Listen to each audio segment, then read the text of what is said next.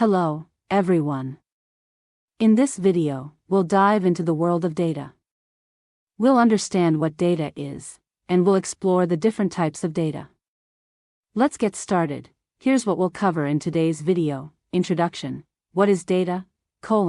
Importance of data, types of data, qualitative data, quantitative data, further classification of quantitative data, summary and conclusion. Let's get started. Data is essentially any information that we can record and analyze. It can be numbers, text, images, videos, or any other form of information that helps us understand and interpret various phenomena. Data is the backbone of decision-making in today's world.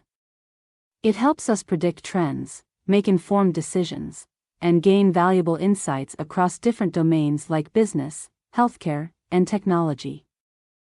Qualitative data is descriptive and deals with characteristics or qualities that cannot be measured in numbers. It often answers the question of what or how. Examples of qualitative data include colors, names, and opinions. For instance, the color of a car or the names of a student's item are qualitative data. Quantitative data is numerical and can be measured. It answers questions like how much, how many, or how often. Examples of quantitative data include height, weight, age, temperature, and scores. For example, the height of a person or the temperature of a room are quantitative data.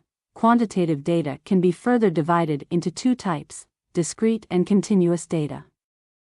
Discrete data is countable and can only take specific, distinct values. It often represents whole numbers and is used to count items or occurrences. Examples of discrete data include whole numbers such as 10, 25, and 100. For instance, the number of products sold, the number of customers, and inventory counts are all examples of discrete data. Continuous data can take any value within a given range and is measurable.